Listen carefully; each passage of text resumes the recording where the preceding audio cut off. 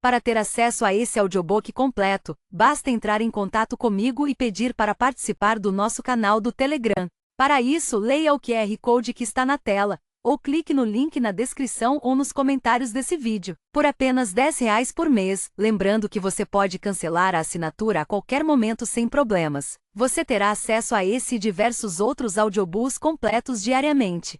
Você também vai poder pedir qualquer audiobook que queira escutar e nós fazemos para você. Te esperamos por lá. Parecia inconcebível, mas todas as evidências indicavam que eu estava em algum lugar onde os costumes e a política do final do século XVIII ainda vigoravam. Eu teria imaginado que tudo não passava de algum tipo de espetáculo à fantasia se não fosse pelos ferimentos do jovem a quem chamavam de Jamie. Aquele ferimento fora realmente provocado por algo muito semelhante a um tiro de mosquete, a julgar pelos estragos que deixará. Agradecimentos. A autora gostaria de agradecer a Jack Cantor, editor por excelência, cujo permanente entusiasmo contribuiu para a concretização deste projeto. Perry Knowlton, agente literário de discernimento impecável, que disse: vá em frente e conte a história do jeito que deve ser contada. Nós nos preocuparemos em editá-la depois. Meu marido Doug Watkins, que apesar de ocasionalmente ficar por trás da minha cadeira dizendo, se é ambientada na Escócia, por que ninguém diz Outmont?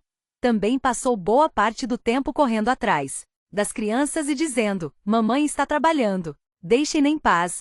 Minha filha Laura por informar com orgulho a uma amiga, minha mãe escreve livros. Meu filho Samuel, que ao ser perguntado em que sua mãe trabalhava, respondeu cautelosamente, bem, ela passa um bocado de tempo olhando para o computador. Minha filha Jennifer, que diz, chegue pra lá mamãe, é a minha vez de digitar. Jerry O'Neill, o leitor Morris chefe de torcida, e o resto da minha gangue fiel de amigos, Janete M.C. Conalgay, Margaret J. Campbell e John L. Myers, que leem tudo que escrevo e assim me mantêm escrevendo. Dr. Gary Off, por verificar os detalhes médicos e gentilmente explicar a maneira correta de recolocar um ombro deslocado. T. Lawrence Tuoy, pelos detalhes sobre figurinos e história militar. Robert Rifle, por explicar a diferença entre betônica e brionia, por listar todos os tipos de miosótis conhecidos pelo homem e por constatar que álamos realmente crescem na Escócia. Virginia Kidd, por ler os primeiros capítulos do manuscrito e encorajar-me a continuar. Alex Krislov, por hospedar, juntamente com outros operadores de sistemas, a mais extraordinária incubadora eletrônica de escritores literários do mundo, o CompuServe Literary Forum, e aos numerosos membros do Lit Forum, John Stitt, John Simpson, John L. Myers, Judson Jerome, Angelia Dorman, Zilgia Quafa e outros,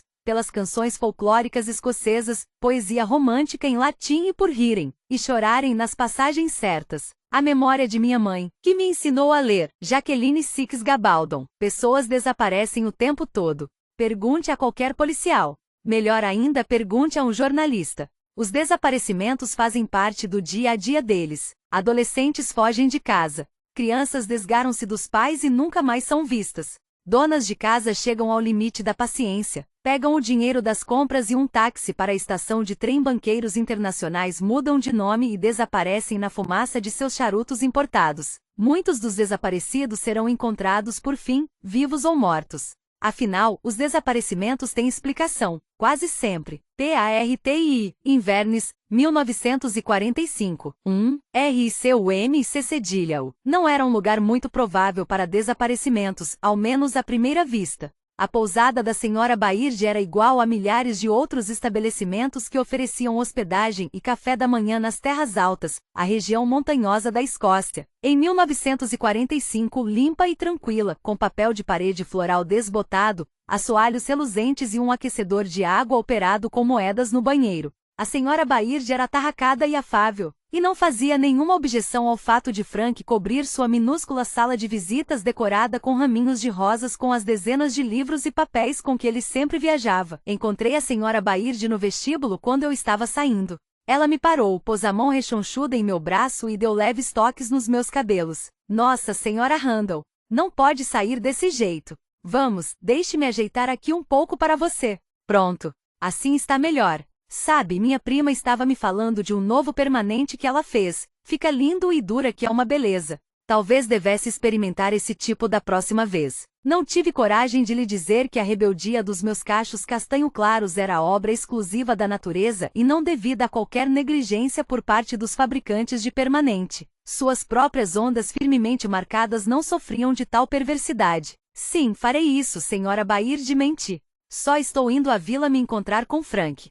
Voltaremos para o chá. Saí apressadamente pela porta antes que ela pudesse detectar quaisquer outros defeitos em minha aparência indisciplinada. Após 4 anos como enfermeira do exército britânico, eu estava livre de uniformes e restrições, cedendo ao desejo de usar vestidos leves de algodão, vivamente estampados, totalmente inadequados para as acidentadas caminhadas através das urzes. Não que eu tivesse originalmente planejado fazer muitas dessas caminhadas. Meus pensamentos estavam mais voltados para dormir até tarde todas as manhãs e passar longas tardes preguiçosas na cama com Frank, e não para dormir. Entretanto, era difícil manter o adequado estado de espírito lânguido e romântico com a senhora Baird cuidadosamente passando o aspirador de pó do lado de fora do nosso quarto. Esse deve ser o pedaço de carpete mais sujo de toda a Escócia, observara Frank naquela manhã enquanto estávamos na cama ouvindo o ronco feroz do aspirador de pó no corredor. Quase tão sujo quanto a mente da proprietária, concordei.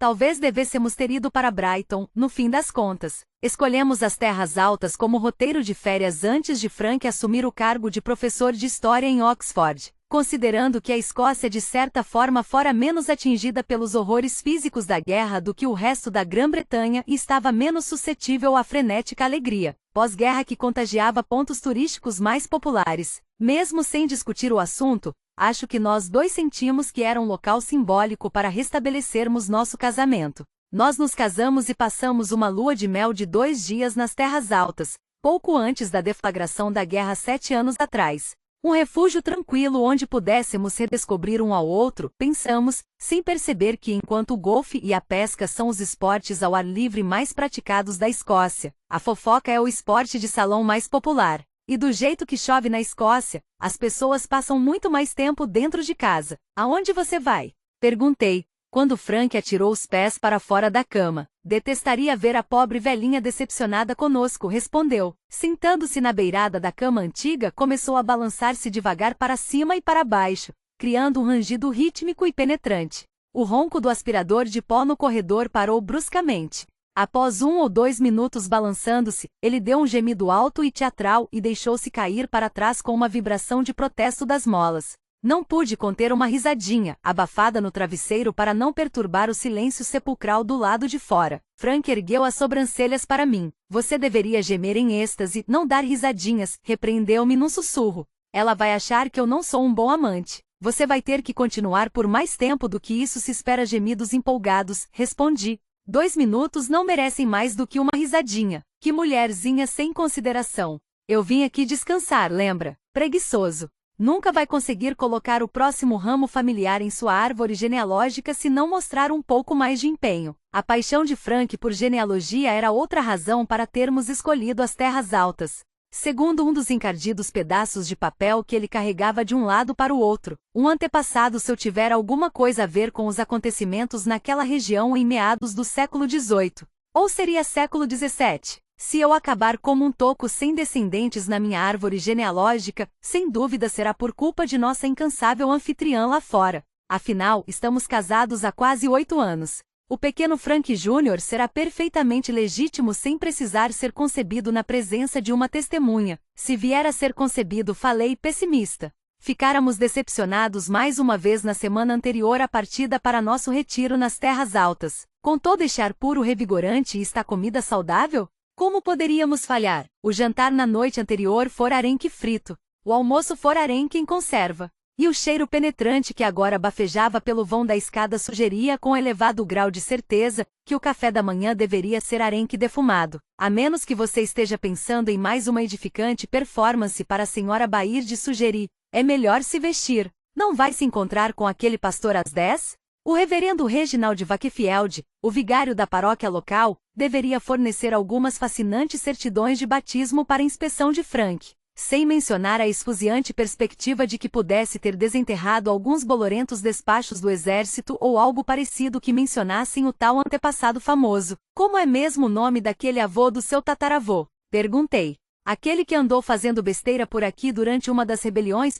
Não consigo me lembrar se era Willie ou Walter. Na verdade, era Jonathan. Frank aceitava placidamente meu total desinteresse por sua história familiar, mas permanecia sempre alerta, pronto para se aproveitar da menor expressão de curiosidade como desculpa para me contar todos os fatos conhecidos até a presente data sobre os antigos Randall e suas conexões. Seus olhos assumiram o brilho febril de professor fanático enquanto abotoava a camisa. Jonathan Wolverton Randall. Wolverton pelo tio de sua mãe, um cavaleiro insignificante de Sussex. Era, entretanto, conhecido pelo apelido um tanto arrojado de Black Jack que adquirira no exército, provavelmente durante a época em que serviu aqui. Deixei-me cair na cama com o rosto enfiado no travesseiro fingindo roncar. Ignorando-me, Frank continuou com sua exegese erudita. Ele recebeu sua patente oficial em meados dos anos 30, isto é, em meados de 1730, e serviu como capitão dos dragões. Segundo aquelas cartas antigas que a prima Mai me enviou,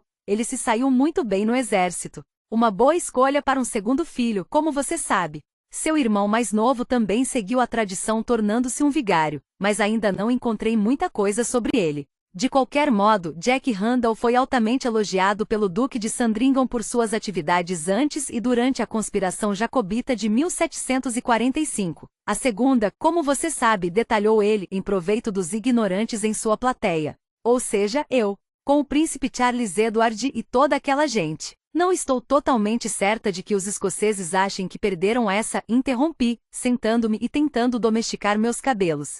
Ouvi perfeitamente o barman daquele pub ontem à noite se referir a nós como sacenachas. Bem, por que não? Disse Frank tranquilamente. Afinal, significa apenas ingleses, ou na pior das hipóteses, forasteiros, e é o que nós somos. Sei o que significa.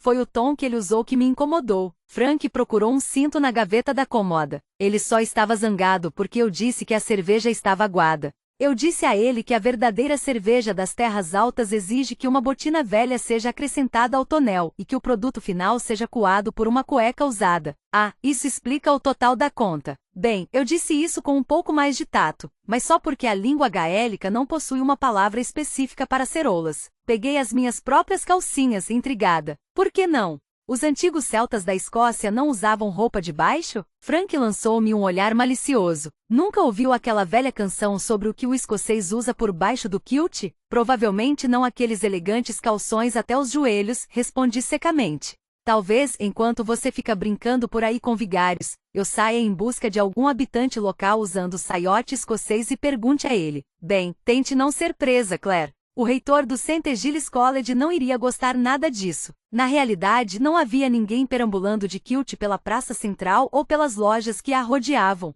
No entanto, havia várias outras pessoas por lá, a maioria donas de casa do tipo da senhora Baird fazendo as compras diárias. Eram tagarelas e fofoqueiras, e suas figuras, de vestido estampado, enchiam as lojas de um calor aconchegante. Um antídoto contra a névoa fria da manhã no lado de fora. Ainda sem minha própria casa para manter, havia pouca coisa que eu precisava comprar, mas gostava de dar uma olhada nas prateleiras recém-abastecidas pelo simples prazer de ver muitos artigos novamente à venda. Fora um longo período de racionamento, de privação de coisas simples como sabão e ovos, e mais tempo ainda sem os pequenos luxos da vida, como a água de colônia Euribleu. Meus olhos se demoraram numa vitrine repleta de utensílios domésticos, toalhas de chá e paninhos bordados para cobrir bules, jarras e copos, uma pilha de formas para tortas caseiras e um conjunto de 3 vasos de plantas. Jamais tive um vaso de planta em minha vida. Durante os anos de guerra vivi, é claro, nos alojamentos de enfermeiras, primeiro no Pembroke Hospital, depois numa base militar na França.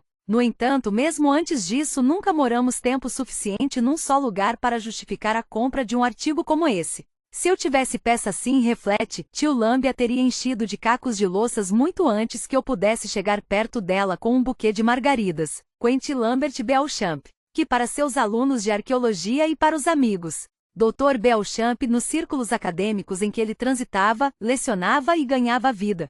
Mas sempre tio Lamb para mim. O único irmão de meu pai e meu único parente vivo na época se vira de repente às voltas comigo, uma menina de 5 anos, quando meus pais morreram num acidente de carro. Na época, às vésperas de uma viagem para o Oriente Médio, ele interrompeu seus preparativos o tempo suficiente para providenciar o funeral, desfazer-se dos bens de meus pais e matricular-me no internato para meninas. para o qual me recusei terminantemente a ir. Diante da necessidade de arrancar meus dedos gorduchos da maçaneta do carro e me arrastar pelos calcanhares pelas escadas da escola, tio Lambe, que detestava conflitos pessoais de qualquer natureza, suspirou exasperado, depois finalmente encolheu os ombros e jogou sua sensata decisão pela janela, juntamente com meu recém-adquirido chapéu de palha. Maldito chapéu, resmungou, olhando pelo espelho retrovisor e vendo-o rolar alegremente para longe, enquanto o carro continuava descendo o caminho, roncando em alta velocidade.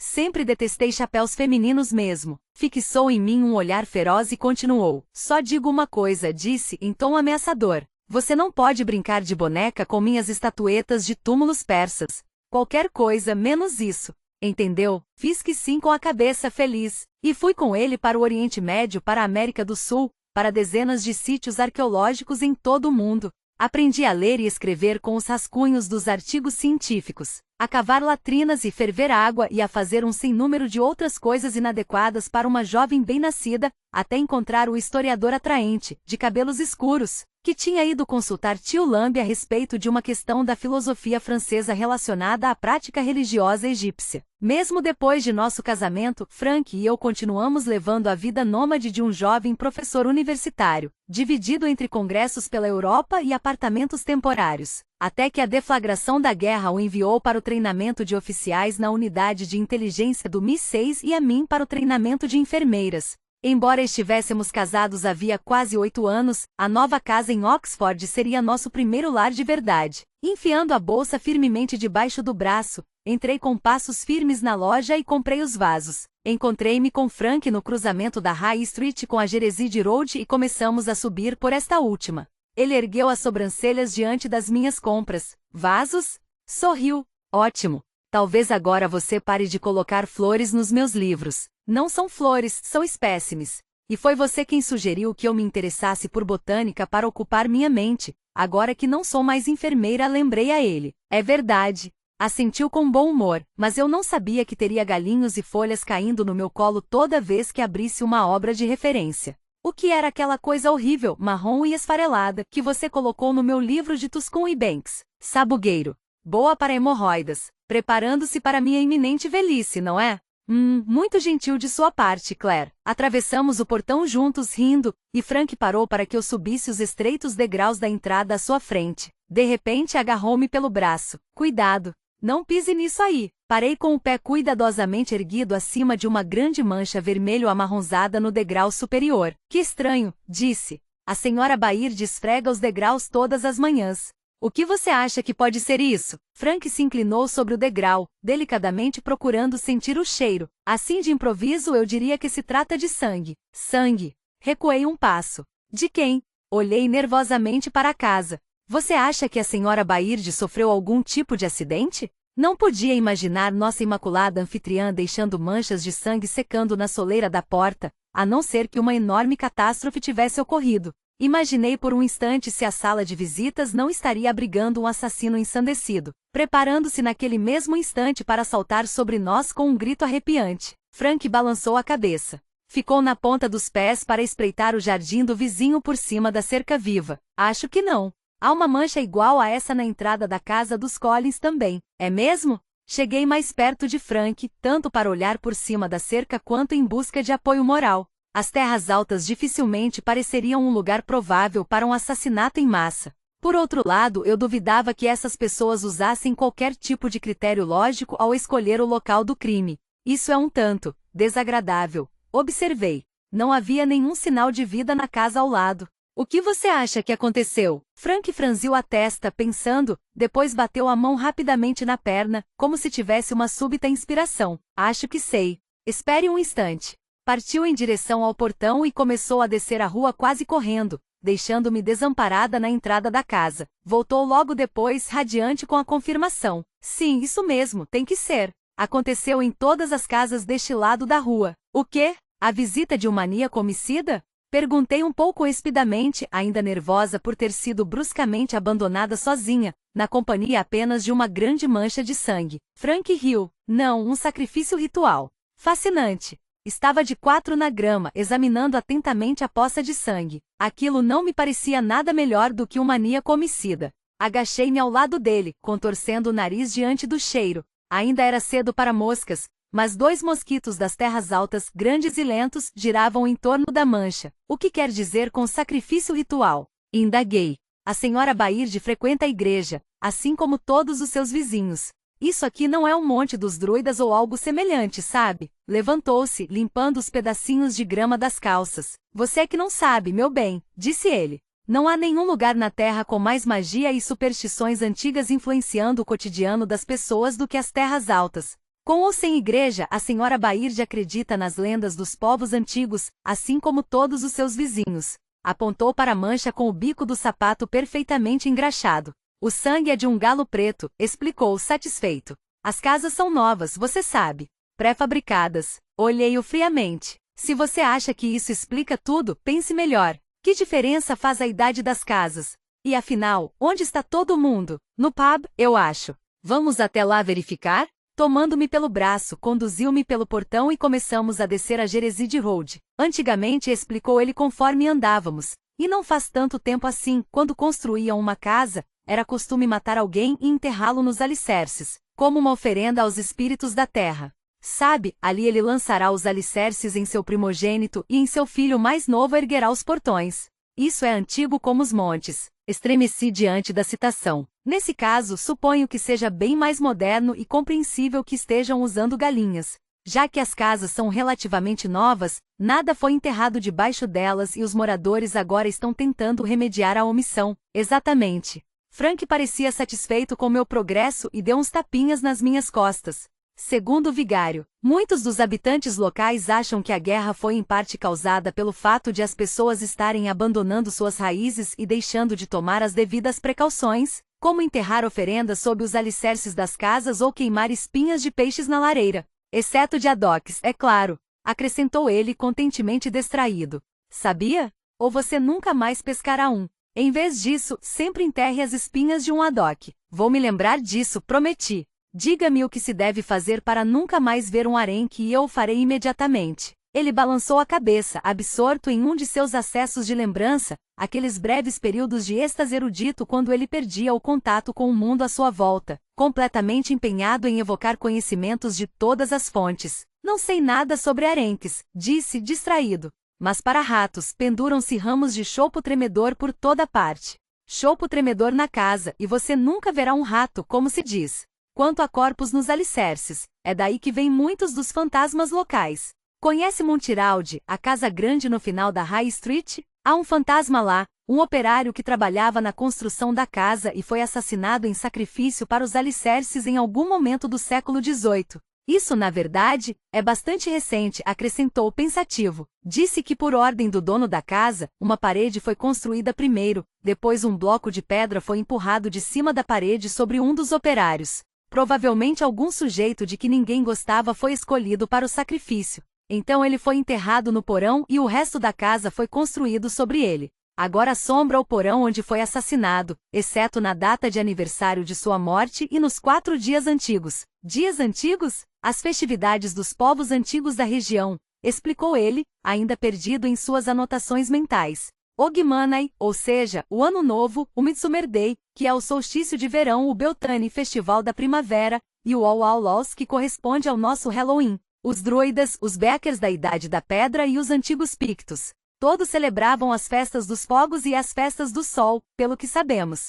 De qualquer modo, os fantasmas estão à solta nos dias sagrados e podem ficar vagando por aí como quiserem, fazer o bem ou o mal, de acordo com sua vontade. Esfregou o queixo ponderando. Estamos nos aproximando do Beltane, perto do equinócio da primavera. É melhor ficar de olho da próxima vez que passar pelo pátio da igreja. Ele pestanejou e eu percebi que tinha saído do transe. Dei uma risada. Então, há muitos fantasmas locais famosos? Deu de ombros. Não sei. Vamos perguntar ao vigário na próxima vez que o virmos? De fato, encontramos o vigário pouco tempo depois. Estava no pub, juntamente com os demais habitantes do vilarejo, tomando uma cerveja leve e clara em comemoração à nova santificação das casas. Pareceu um pouco envergonhado ao ser flagrado acobertando atos de paganismo, por assim dizer, mas minimizou o fato como sendo apenas um costume local com conotação histórica, como vestir roupas verdes. Na verdade, é bem fascinante, sabe? Confidenciou ele, e reconheci com um suspiro o canto de um estudioso, um som tão característico quanto o trinado de um melro, atendendo ao chamado de um espírito iluminado. Frank imediatamente entrou na dança de pares da academia e logo estavam mergulhados até o pescoço em arquétipos e comparações entre superstições antigas e religiões modernas. Encolhi os ombros e abri meu próprio caminho pela multidão até o bar e de volta, com um drink em cada mão, sabendo por experiência própria o quanto era difícil desviar a atenção de Frank desse tipo de discussão. Simplesmente peguei sua mão, envolvi seus dedos em torno da haste da taça e deixei-o entregue a seus próprios interesses. Encontrei a senhora Baird em um banco junto à janela, compartilhando uma amigável jarra de cerveja preta com um senhor idoso que ela me apresentou como Sr. Crook. É o senhor de quem lhe falei, senhora Randall, disse ela, os olhos brilhantes com o estímulo do álcool e da companhia. O que conhece plantas de todas as espécies. A senhora Randall se interessa muito por plantas, confidenciou ao seu acompanhante, que inclinou a cabeça numa mistura de educação e surdez. Prensas nos livros e tudo mais. É mesmo? Perguntou o Sr. Crook, o tufo branco de sobrancelha erguido em sinal de interesse. Tenho algumas prensas, as verdadeiras, veja bem, para ervas e similares. Ganhei-as do meu sobrinho, quando veio da universidade passar as férias. Ele as trouxe para mim e não tive coragem de dizer-lhe que nunca uso coisas desse tipo. Deixá-las penduradas é o melhor para as ervas, sabe? Ou talvez secá-las em um estrado, dentro de um saco de gaze ou em um pote. Mas por que iria querer esmagar as plantinhas até ficarem achatadas, eu não faço a menor ideia. Bem, para olhá-las talvez, intercedeu a senhora Baird afavelmente. A senhora Randall fez lindos arranjos com botões de malva e violetas, que se pode emoldurar e pendurar na parede. Diante dessa sugestão, o rosto sulcado do Sr. Crook pareceu estar admitindo uma duvidosa possibilidade. Bem, se tiverem alguma utilidade para a senhora, pode ficar com as prensas, de bom grado. Eu não queria jogá-las fora, mas confesso que não tenho nenhuma utilidade para elas. Assegurei ao Sr. Crook que eu ficaria encantada em usar prensas de plantas e mais encantada ainda se ele me mostrasse onde algumas das plantas mais raras da região poderiam ser encontradas. Fitou-me incisivamente por um instante, a cabeça inclinada para o lado como um velho falcão, mas finalmente pareceu decidir que meu interesse era genuíno. Combinamos que eu deveria encontrá-lo pela manhã para uma excursão aos arbustos locais. Frank pretendia passar o dia em Inverness para consultar uns registros na prefeitura de lá, e fiquei satisfeita de ter uma desculpa para não acompanhá-lo. Para mim, os registros eram todos iguais. Pouco depois, Frank conseguiu se desvencilhar do vigário e caminhamos de volta para casa na companhia da senhora Baird. Eu mesma hesitei em mencionar o sangue de galo na soleira da porta, mas Frank não sofria de tal acanhamento e interrogou-a avidamente sobre as origens do costume. Suponho então que seja muito antigo, não? Perguntou, agitando uma vara pelos arbustos ao longo da calçada. O quenopódio e as 5 enramas já estavam florescendo e eu podia ver os botões das gestas das vassouras avolumando-se. Mais uma semana e estariam floridos. Ah, sim. Cambaleando, a senhora Baird nos acompanhava a passos rápidos. Mais velho do que podemos imaginar, Sr. Randall. Anterior à época dos gigantes. Gigantes? Perguntei. Sim. Fionn e Fane. Contos folclóricos gaélicos, observou Frank com interesse. Heróis, sabe? Provavelmente de origem nórdica. Há muita influência nórdica por aqui e ao longo de toda a costa oeste. Alguns nomes dos locais são escandinavos e não gaélicos. Revirei os olhos, pressentindo uma nova explosão de conhecimento, mas a senhora Baird sorriu cordialmente e encorajou-o, dizendo que era verdade. Ela havia estado no norte e visto a Pedra Dois Irmãos, isso era escandinavo, não era? Os escandinavos visitaram a costa centenas de vezes entre 500 e 1300 depois de Cristo, aproximadamente, disse Frank, olhando sonhadoramente para o horizonte, vendo barcos normandos na nuvem varrida pelo vento. Vikings, e trouxeram muitos de seus mitos com eles. É um bom país para mitos.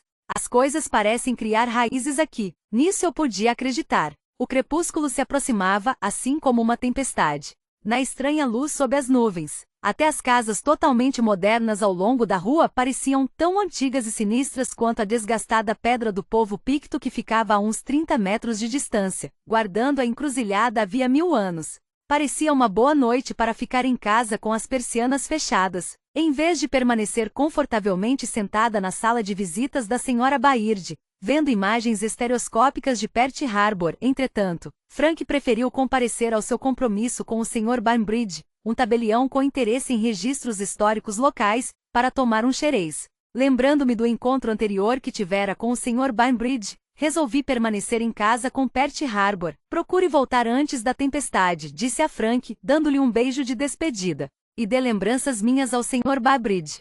Sim. Sim, claro. Cuidadosamente evitando meus olhos, Frank encolheu os ombros dentro do seu sobretudo e partiu, pegando um guarda-chuva do suporte junto à porta. Fechei a porta quando ele saiu, mas deixei-a destrancada para que ele pudesse entrar ao voltar. Dirigi-me languidamente de volta à sala de visitas, refletindo que Frank iria sem dúvida fingir que não tinha mulher, uma farsa a qual o Sr. Banbridge iria se unir alegremente. Não que eu particularmente pudesse culpá-lo. No começo, tudo correrá muito bem em nossa visita à casa do Sr. Banbridge na tarde do dia anterior. Eu me mostrará recatada, bem educada, inteligente mas modesta, elegante e discretamente vestida. Tudo que a mulher perfeita do professor universitário deveria ser. Até o chá ser servido. Agora virei a minha mão direita, examinando, com tristeza, a grande bolha que se estendia pela base dos 4 dedos. Afinal, não era culpa minha que o Sr. Banbridge, um viúvo, se contentasse com um bule barato de metal, em vez de um bule adequado de louça. Nem que o tabelião, procurando ser gentil, tivesse me pedido para servir o chá. Nem que a luva de panela que ele me deu apresenta-se uma parte gasta que permitiu que o cabo em brasa do bule entrasse em contato direto com minha mão quando segurei. Não, concluí. Deixar cair o bule foi uma reação perfeitamente normal. Deixá-lo cair no colo do Sr. Banbridge foi apenas um infeliz acidente. Tinha que deixá-lo cair em algum lugar. Foi minha exclamação puta que pariu, em voz mais alta do que o berro de dor do Sr. Banbridge que fez Frank me olhar enfurecido por cima dos pãezinhos. Quando se recuperou do choque, o Sr. Banbridge mostrou-se muito gentil, examinando minha mão e ignorando as tentativas de Frank de se desculpar pelo meu linguajar, alegando que eu servirá em um hospital de campanha por quase 2 anos. Receio que minha mulher acabou pegando algumas, expressões mais pitorescas dos Yankees e de outros, sugeriu Frank com um sorriso nervoso. É verdade, concordei, cerrando os dentes enquanto envolvia minha mão com um guardanapo embebido em água. Os homens tendem a ser muito pitorescos, quando se está tirando estilhaços do corpo deles. Com muito tato, o Sr. Banbridge tentou desviar a conversa para o campo neutro da história dizendo que sempre se interessara pelas variações do que fora considerado discurso profano através dos tempos. Havia Gorblimey, por exemplo, uma corruptela recente da imprecação God blind me. Sim, é claro, disse Frank, aceitando de bom grado o desvio da conversa. Sem açúcar, obrigado, Claire. E quanto a Gadzols? A parte Gad é perfeitamente clara, naturalmente vem de God mas Zook. Bem, sabe, interpôs o tabelião. Às vezes eu acho que possa ser uma corruptela de uma antiga palavra escocesa, na verdade, e eu. Significa tentação, ânsia, desejo. Faria sentido, não? Frank concordou, assentindo e deixando seu pouco erudito topete cair na testa. Empurrou-o para trás automaticamente. Interessante, disse. Toda a evolução da blasfêmia. Sim, e continua a acontecer, disse, pegando cuidadosamente um torrão de açúcar com a pinça. É mesmo? Disse o Sr. Banbridge. A senhora encontrou algumas variações importantes durante a sua, experiência na guerra? Ah, sim, respondi. A minha favorita eu aprendi com um Yankee. Um homem chamado Williamson, de Nova York, acho. Ele a dizia toda vez que eu trocava seu curativo. E qual era? Jesus H. Roosevelt Cristo disse, deixando o torrão de açúcar cair cuidadosamente no café de Frank. Depois de passar algum tempo na sala com a Sra. Baird, numa conversa amena e nada desagradável, subi ao meu quarto para me aprontar antes de Frank chegar. Sabia que o limite dele era de 2 taças de xerez, e portanto, esperava-o de volta logo. O vento começava a soprar forte e o ar do quarto estava carregado de eletricidade. Passei a escova nos cabelos, fazendo os cachos estalarem com a estática e saltarem, emaranhando-se furiosamente. Meus cabelos teriam que passar sem escovadelas hoje à noite, decidi. Com as atuais condições do tempo, iria apenas escovar os dentes. Fios de cabelo grudavam no meu rosto, agarrando-se teimosamente enquanto eu tentava afastá-los para trás. Nenhuma água no jarro. Frank a usará, arrumando-se antes de sair para seu encontro com o Sr. Banbridge. E não se dera ao trabalho de enchê-lo novamente na torneira do banheiro. Peguei o frasco de Eliorebleu e despejei uma boa porção na palma da mão. Esfregando rapidamente as mãos antes que o perfume evaporasse, passei-as pelos cabelos.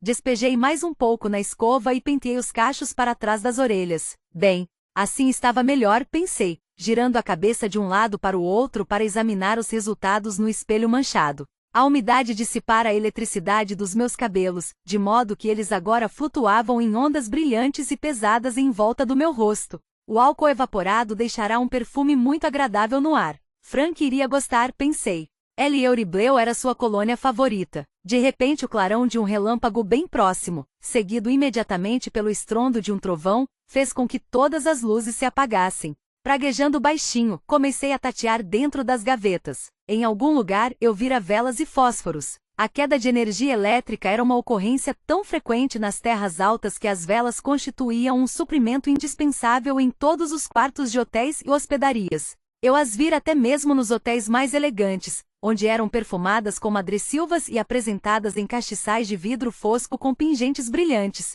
As velas da senhora Baird eram bem mais utilitárias, velas brancas comuns, mas havia muitas delas, assim como 3 caixas de fósforos. Não estava inclinada a ser exigente quanto à elegância num momento como aquele. Coloquei uma vela no suporte de cerâmica azul sobre a penteadeira iluminada pelo relâmpago seguinte, depois acendi outras pelo quarto, até que todo o aposento fosse tomado por uma luminosidade suave e bruxuleante. Muito romântico, pensei, e com certa presença de espírito desliguei o interruptor, de modo que a volta repentina da luz não estragasse o clima em algum momento inoportuno. As velas não haviam queimado mais do que 1 centímetro quando a porta se abriu e Frank entrou como um furacão. Literalmente, porque a rajada de vento que o seguiu escada acima apagou 3 velas. A porta se fechou atrás dele com uma pancada que apagou mais 2. Esforçando-se para enxergar na escuridão repentina, passou a mão pelos cabelos desalinhados. Levantei-me e reacendi as velas, admoestando-o brandamente sobre os modos bruscos de entrar num aposento. Foi somente ao terminar e me virar para perguntar-lhe se gostaria de um drink que vi que ele parecia um pouco pálido e perturbado. O que foi? Perguntei. Viu um fantasma? Bem, sabe, disse ele devagar, não tenho certeza se não vi. Distraidamente, ele pegou minha escova e ergueu-a para arrumar seus cabelos. Quando a fragrância repentina de Eliorebleu atingiu suas narinas, franziu o nariz e colocou-a de volta sobre a penteadeira, voltando a atenção para o pente que carregava no bolso. Olhei pela janela, onde os olmos se agitavam de um lado para outro como manguais. Uma persiana aberta batia em algum lugar do outro lado da casa e ocorreu-me que talvez devêssemos fechar as nossas, embora o alvoroço lá fora fosse interessante de observar. Acho que o tempo está um pouco ruim para um fantasma, falei. Eles não gostam de noites calmas e enevoadas em cemitérios? Frank riu timidamente. Bem, provavelmente foram apenas as histórias de Banbridge e um pouco de xerez a mais do que eu deveria ter tomado. Nada demais. Agora eu estava curiosa. O que você viu exatamente? Perguntei, sentando-me no banquinho da penteadeira. Indiquei a garrafa de uísque erguendo uma das sobrancelhas e Frank imediatamente foi servir 2 drinks. Bem, na verdade, apenas um homem, começou ele, medindo uma dose para ele e 2 para mim. Parado na rua lá fora. O quê? Do lado de fora desta casa? Perguntei com uma risada. Então deve ter sido um fantasma. Não posso imaginar ninguém parado por aí numa noite como essa. Frank inclinou o jarro de água sobre o copo, depois olhou acusadoramente para mim quando não saiu nada. Não olhe para mim, disse. Você usou toda a água. Mas eu prefiro o uísque puro mesmo. Tomei um gole para demonstrar. Frank pareceu inclinado a dar um pulo no lavatório para pegar água, mas abandonou a ideia e continuou sua história, tomando pequenos goles cautelosamente, como se seu copo contivesse ácido sulfúrico em vez do melhor uísque Glenfiddich de puro malte. Sim, ele estava na beirada do jardim, deste lado, parado junto à cerca. Eu pensei, hesitou, olhando dentro do copo, achei que ele estivesse olhando para sua janela. Minha janela? Que extraordinário! Não pude conter um ligeiro estremecimento e atravessei o quarto para fechar as persianas, embora fosse um pouco tarde para isso. Frank seguiu-me, ainda falando. Sim, eu mesmo pude vê-la lá de baixo. Você estava escovando os cabelos e resmungava porque estavam arrepiados. Nesse caso, o sujeito provavelmente estava se divertindo, falei, asperamente. Frank sacudiu a cabeça, embora sorrisse e alisasse meus cabelos. Não, ele não estava rindo. Na verdade, parecia terrivelmente infeliz com alguma coisa. Não que eu tenha podido ver bem seu rosto, foi alguma coisa na maneira como estava ali parado. Eu fui por trás dele e quando ele não se moveu, perguntei educadamente se poderia ajudá-lo em alguma coisa. Primeiro, ele agiu como se não tivesse me ouvido, e eu achei que talvez não tivesse mesmo, por causa do barulho do vento. Então repeti o que dissera e estendi a mão para tocar seu ombro, chamar sua atenção. Mas antes que eu pudesse tocá-lo, ele girou repentinamente nos calcanhares, passou por mim e começou a descer a rua. Parece um tanto grosseiro, mas não muito próprio de um fantasma, observei, esvaziando meu copo. Como ele era? Um sujeito grandalhão, disse Frank, franzindo a testa ao se lembrar. E escocês, em trajes completos das terras altas, com a bolsa de pelos usada pelos escoceses na frente do kilt e um lindo broche de um veado correndo prendendo o chale xadrez. Quis perguntar-lhe onde o tinha conseguido, mas se afastou antes que eu tivesse a oportunidade. Dirigi-me à escrivaninha e servi outra dose de uísque. Bem, não é uma aparência muito estranha para essa região, certo? De vez em quando vejo um homem vestido assim na vila. Não, Frank parecia duvidar. Não eram suas roupas que pareciam estranhas. Quando passou por mim, eu poderia jurar que ele estava suficientemente perto para esbarrar na manga do meu casaco, mas não o fez. Fiquei tão intrigado que me virei para observá-lo conforme se afastava. Ele desceu a Jereside Road, mas quase ao chegar à esquina, ele desapareceu. Foi quando comecei a sentir um calafrio na espinha. Talvez sua atenção tenha sido desviada por um instante e ele simplesmente tenha mergulhado nas sombras, sugeri. Há muitas árvores no fim da rua. Posso jurar que não tirei os olhos dele nem por um segundo, murmurou Frank. Ele ergueu os olhos subitamente. Já sei. Lembro-me agora porque eu o achei tão estranho, embora não tivesse percebido isso na hora. O quê? Eu estava ficando um pouco cansada do fantasma e queria passar para questões mais interessantes, como a cama. Estava ventando forte, mas as pregas, sabe, do kilt e do chale quadriculado, elas simplesmente não se mexiam, exceto com o movimento de seus passos. Fitamo-nos. Bem, falei finalmente, isso é um pouco arrepiante. Frank deu de ombros e sorriu de repente, descartando o assunto. Ao menos terei alguma coisa para contar ao vigário da próxima vez que o encontrar. Talvez seja um famoso fantasma local e ele poderá me contar sua história sangrenta. Deu uma olhada em seu relógio. Mas agora eu diria que é hora de ir para a cama. É sim, murmurei. Observei-o pelo espelho enquanto procurava um cabide. De repente parou enquanto desabotoava a camisa. Você teve muitos escoceses sob seus cuidados, Claire? Perguntou bruscamente. No hospital de campanha ou em Pembroke? Claro, respondi um pouco intrigada. Havia muito Seaford e Cameron na base militar em Amiens, um pouco mais tarde, depois de Caen, tivemos muitos Gordon. Bons sujeitos na maioria, muito estoicos a respeito de tudo de um modo geral, mas terrivelmente covardes quando se tratava de injeções. Sorri, lembrando-me particularmente de um deles. Tivemos na verdade um sujeito muito rabugento, um gaiteiro do Seaford, que não suportava a injeção, especialmente nas nádegas. Passava horas no mais terrível desconforto antes de deixar que alguém se aproximasse dele com uma seringa, e mesmo assim, tentava nos fazer dar-lhe a injeção no braço, embora fosse intramuscular. Ri diante da lembrança do cabo Chichou. Ele me disse, se vou ficar deitado de barriga para baixo com minha bunda de fora, quero que a garota fique embaixo de mim, não atrás de mim com uma agulha. Frank sorriu, mas pareceu um pouco apreensivo, como sempre acontecia com minhas histórias de guerra menos delicadas. Não se preocupe, assegurei-lhe, percebendo sua expressão, não vou contar essa na hora do chá na sala dos professores. O sorriso arrefeceu e ele se aproximou, parando atrás de mim, que estava sentada à penteadeira. Beijou o alto da minha cabeça. Não se preocupe, disse. Os professores vão adorá-la, quaisquer que sejam as histórias que contar.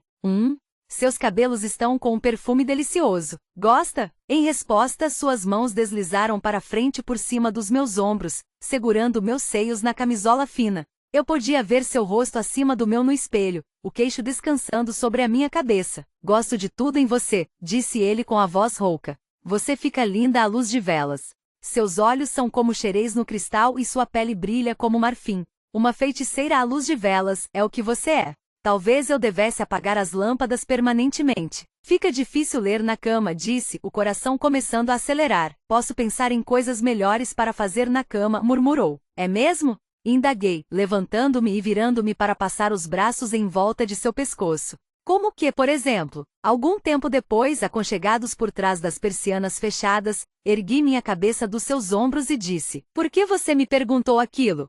Se eu tive contato com escoceses, quero dizer, deve saber que tive, há todo tipo de homens nesses hospitais. Ele se mexeu e deslizou a mão pelas minhas costas.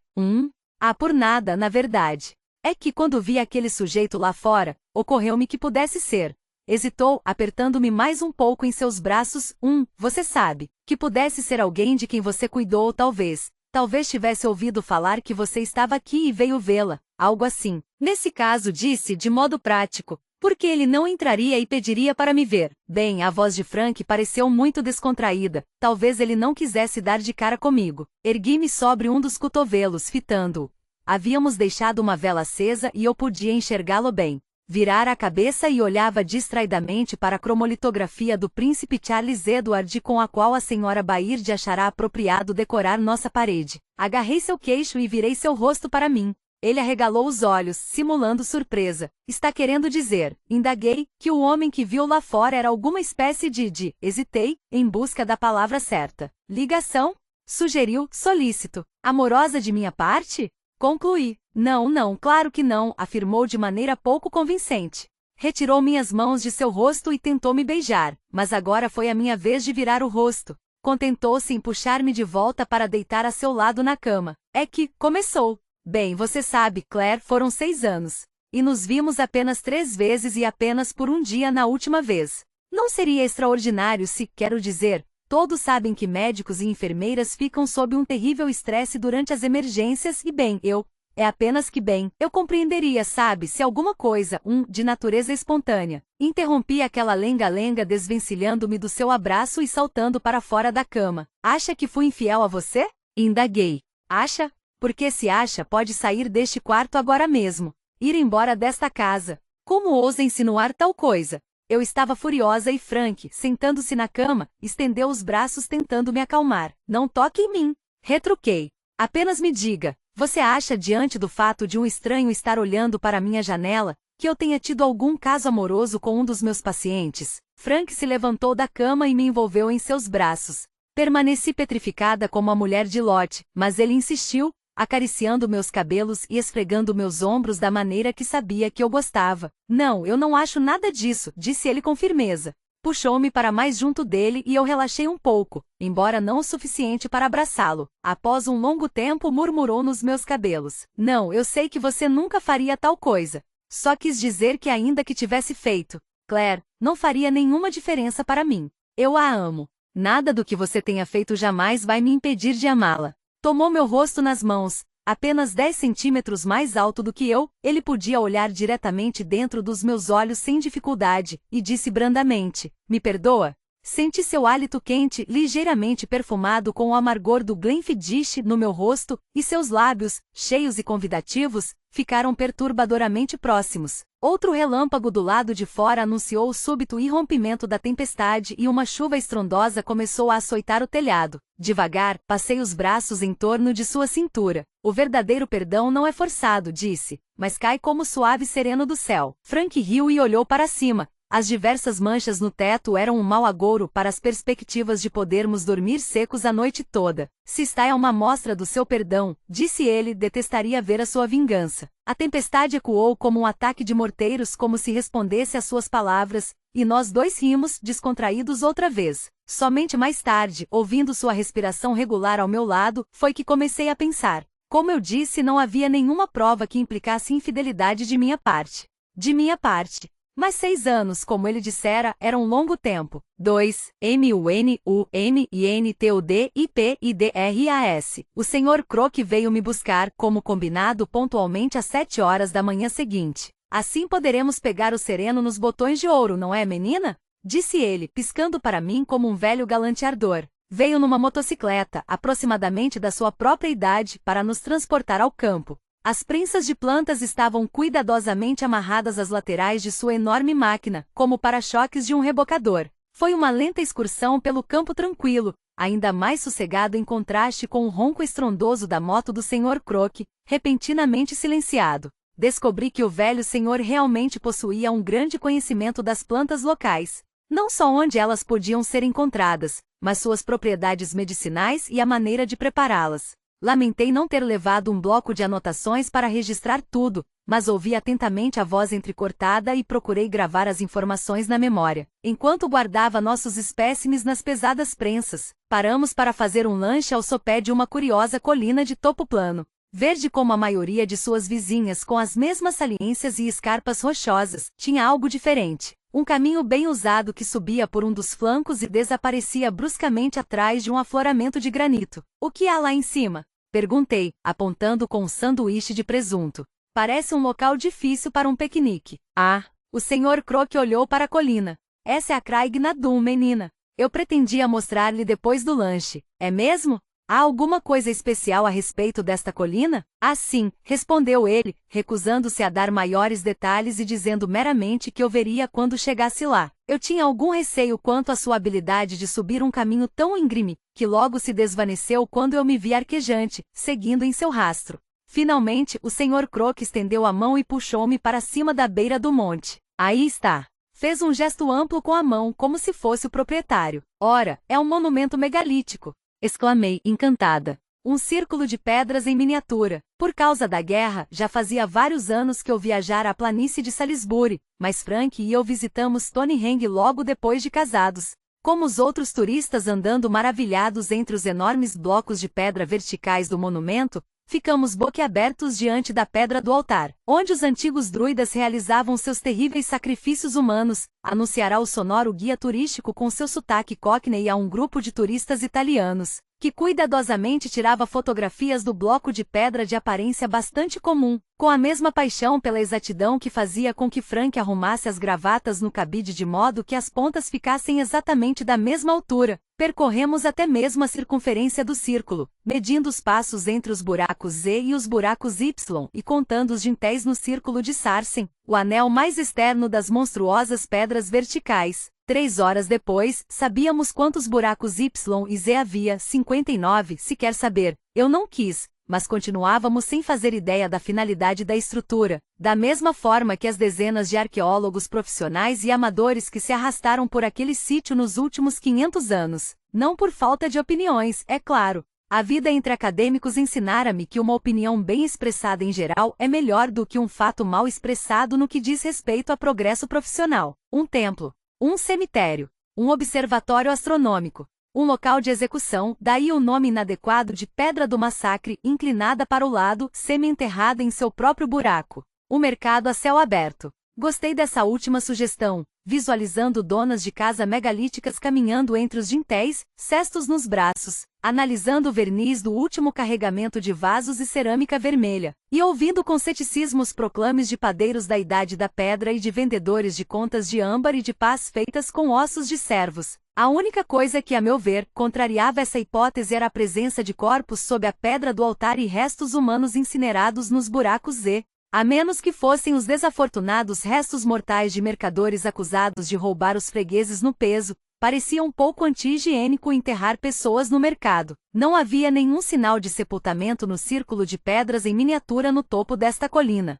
Por miniatura quero dizer apenas que o círculo de pedras verticais era menor do que Stonehenge. Ainda assim, cada pedra tinha o dobro da minha altura e proporções gigantescas. Eu ouvirá de outro guia turístico em Stonehenge que esses círculos megalíticos ocorrem por toda a Inglaterra e Europa, alguns mais conservados do que outros, diferindo ligeiramente na orientação e na forma, todos de finalidade e origem desconhecidas. O Sr. Croc ficou sorrindo amavelmente, enquanto eu circulava pelas pedras, parando de vez em quando para tocar de leve numa delas, como se o toque de meus dedos pudesse deixar uma impressão nos monumentais blocos de pedra. Algumas das lajes verticais eram rajadas, listradas de cores quase imperceptíveis. Outras eram pontilhadas de flocos de mica que refletiam a luz do sol matinal com um brilho alegre. Todas eram notavelmente diferentes dos amontoados de pedras nativas que se projetavam das samambaias em volta. Quem quer que tenha construído os círculos de pedra, e para qualquer finalidade que fosse, achou importante ter extraído, modelado e transportado blocos especiais de pedra para a edificação de seu tributo. Modelado, como? Transportado, como e de que distância inimaginável? Meu marido ficaria fascinado, disse ao Sr. Croc, parando para agradecer-lhe por me mostrar o lugar e as plantas. Vou trazê-lo aqui depois para que ele o veja. O idoso cavalheiro elegantemente me ofereceu o braço no alto da trilha. Aceitei-o, concluindo depois de dar uma olhada na íngreme ribanceira que, apesar da idade, ele provavelmente tinha as pernas mais firmes do que as minhas.